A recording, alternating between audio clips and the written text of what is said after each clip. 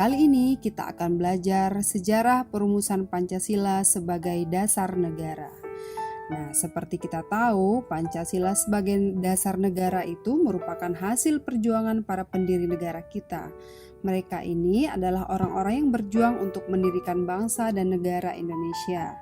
Seperti kata proklamator kita, Insinyur Soekarno, jangan sekali-kali melupakan sejarah. Nah, kali ini kita akan belajar seperti apa perumusan Pancasila sebagai dasar negara itu. Seperti apa sejarahnya? Ini kita mulai dari BPUPKI. Bagaimana sejarah BPUPKI? Nah, kita akan mulai. BPUPKI itu sendiri adalah singkatan dari Badan Penyelidik Usaha-Usaha Persiapan Kemerdekaan Indonesia atau Dokuritsu Junbi Kosakai dalam bahasa Jepangnya ya. Nah, ini dia tokoh-tokohnya. Ketuanya ada Rajiman Weddiodiningrat, kemudian wakilnya ada Raden Panji Suroso, dan wakil ketua dari pihak orang Jepangnya ada Ichibanga Seiyoshiu ya. Kemudian apa itu BPUPKI? Nah, BPUPKI itu adalah Badan Penyelidik Usaha-Usaha Persiapan Kemerdekaan. Dalam bahasa Jepangnya, Dokuritsu Junbi Kosakai adalah sebuah badan yang dibentuk oleh pemerintah Jepang pada 1 Maret 1945. Diresmikan pada tanggal 29 April 1945 bertepatan dengan hari ulang tahun Kaisar Hirohito. Badan ini dibentuk sebagai upaya mendapatkan dukungan dari bangsa Indonesia dengan menjanjikan bahwa Jepang akan membantu proses kemerdekaan Indonesia. BPUPKI beranggotakan 67 orang yang diketuai oleh Kanjeng Raden Tumenggung atau KRT Rajiman Weddiodiningrat dengan wakil ketua Ichibanga Seiyoshiu orang Jepang dan Raden Panji Suroso. Nah, awal persiapan kemerdekaan, jadi kekalahan Jepang dalam Perang Pasifik itu semakin jelas. Perdana Menteri Jepang, Jenderal Kunaiki Koshio, pada tanggal 7 September 1944 mengumumkan bahwa Indonesia akan dimerdekakan kelak sesudah tercapai kemenangan akhir dalam Perang Asia Timur Raya. Apa itu Perang Asia Timur Raya? Kita akan bahas nanti ya. BPUPKI sendiri beranggotakan 67 orang yang terdiri dari 60 orang anggota aktif adalah tokoh utama Pergerakan Nasional Indonesia dari semua daerah dan aliran, serta 7 orang anggota istimewa adalah perwakilan pemerintah pendudukan militer Jepang. Tetapi wakil dari bangsa Jepang ini tidak mempunyai hak suara. Keanggotaan mereka adalah pasif ya, yang artinya mereka hanya hadir dalam sidang BPUPKI sebagai pengamat saja. Nah, ini sidang yang pertama itu dari tanggal 29 Mei sampai 1 Juni 1945. Nah, pada tanggal 29 Mei, jadi sehari sebelum sidang pertama itu diadakan upacara pelantikan sekaligus seremonial pembukaan masa persidangan BPUPKI di gedung Chuo Sangiin yang kini gedung itu dikenal dengan sebutan Gedung Pancasila di Jalan Pejambon 6 Jakarta ya. Tujuan sidang pertama ini apa saja? Yaitu untuk membahas bentuk negara Indonesia. Ingat ya, membahas bentuk negara Indonesia, filsafat negara Indonesia merdeka, serta merumuskan dasar negara Indonesia. Oke, sebelumnya agenda sidang diawali dengan membahas pandangan mengenai bentuk negara Indonesia, yakni disepakati berbentuk Negara Kesatuan Republik Indonesia. Kemudian agenda sidang dilanjutkan dengan merumuskan Konstitusi Negara Kesatuan Republik Indonesia. Konstitusi itu UUD kita ya.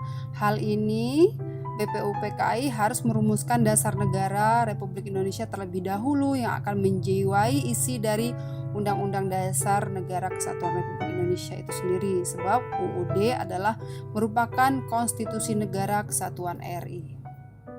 Nah, ini ada beberapa orang yang memberikan gagasannya tentang dasar negara. Ada Mr. Profesor Muhammad Yamin. Yang pertama, dia memberikan gagasan peri kebangsaan, peri kemanusiaan, peri ketuhanan, peri kerakyatan, dan kesejahteraan rakyat. Kemudian gagasan kedua datang dari Mr. Dr. Supomo. Nah, dasar negara Indonesia merdeka itu menurut dia persatuan, kekeluargaan, keseimbangan lahir batin, musyawarah, dan keadilan sosial. Kemudian gagasan dari Insinyur Soekarno yang dikenal dengan Pancasila. Yang pertama, kebangsaan Indonesia. Yang kedua, internasionalisme dan peri kemanusiaan. Yang ketiga, mufakat atau demokrasi. Yang keempat, kesejahteraan sosial. Dan yang kelima, ketuhanan yang Maha Esa. Masa persidangan BPUPKI yang pertama ini dikenang dengan sebutan detik-detik lahirnya Pancasila, dan tanggal 1 Juni ditetapkan dan diperingati sebagai hari lahirnya Pancasila. Pidato dari Insinyur Soekarno sekaligus mengakhiri masa persidangan BPUPKI yang pertama.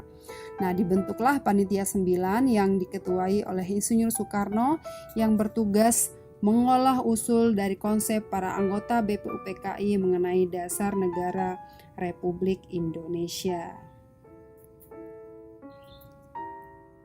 Oke, itu tentang sidang pertama. Kemudian ini ada anggota Panitia 9. Ada Insinyur Soekarno, Muhammad Hatta, A. Maramis, Abdul Kahar Muzakir, Abi Kusno, Cokro Suroso, Haji Agus Salim, Mr. Ahmad Subarjo, Mr. Muhammad Yamin, dan Kiai Haji Wahid Hashim. Oke, nah ini sidang yang kedua, tanggal 10 sampai 17 Juli 1945. Kalau sidang pertama BPUPKI tadi membahas tentang perumusan dasar negara yakni Pancasila, pada sidang kedua ini ada 6 poin penting yang menjadi agenda sidang. Yang pertama, wilayah negara NKRI, kewarganegaraan Indonesia, rancangan UUD, ekonomi dan keuangan, dan pembelaan negara. Seperti apa hasil sidangnya? Nah, pada tanggal 14 Juli 1945, Insinyur Soekarno menyerahkan hasil kerja Panitia Perancang UUD secara keseluruhan melalui sidang pleno BPUPKI. Dalam laporan yang diserahkan tersebut mencakup 3 masalah pokok, yaitu sebagai berikut.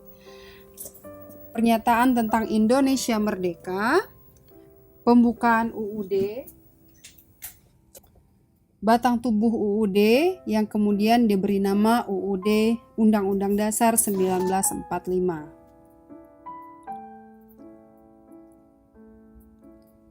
Nah, seperti itu sejarah dari BPUPKI. Setelah BPUPKI ini, maka dibentuklah PPKI. Seperti apa? Nah, kita akan bahas di video selanjutnya ya.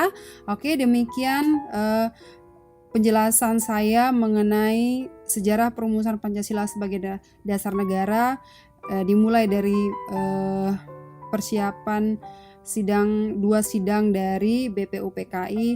Selanjutnya di video berikutnya saya akan menjelaskan tentang PPKI atau Panitia Persiapan Kemerdekaan Indonesia. Demikian.